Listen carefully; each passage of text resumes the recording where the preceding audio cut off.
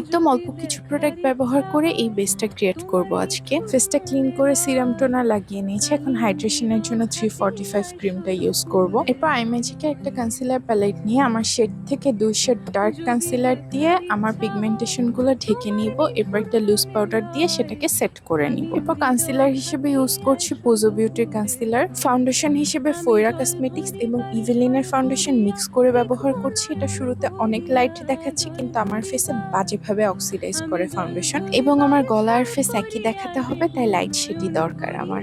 সবার একটাই কমপ্লেইন, আমি নাকি প্রমোশনাল ওয়ার্ক ছাড়া প্রোডাক্টের ডিটেলস দেই না। তার জন্য আজকে প্রোডাক্ট দেখিয়ে দিচ্ছি, আর পেজ লিংক আমি কমেন্টে দিয়ে দিব। এরপরে ফাউন্ডেশন আর কনসিলার ব্লেন্ড করে আমি আইম্যাজিকের প্যালেটটা থেকে কন্ট্রোল করে নিচ্ছি। আর চেষ্টা করবেন চোখের নিচে ফাউন্ডেশন ব্যবহার না করার, তাতে ক্রিজ লাইন হয়। এরপর সুইচ বিউটি একটা ব্লাশ ব্যবহার করছি। ব্লাশ আগে হাতে নিয়ে তারপরে গালে ব্যবহার করবেন, না হলে গালগুলো টমেটোর মতন হয়ে যাবে। একদমই এক্সেস প্রোডাক্ট ব্যবহার করার দরকার নেই। খুবই কম প্রোডাক্ট ব্যবহার করে ধৈর্য সহকারে ব্লেন্ড করলে বেসটা সুন্দর হয়। এটার আই লুকটা বেশ সিম্পল। যদি দেখতে চান তাহলে আমাকে জানাবেন। এখন ঢং করতে করতে টাটা।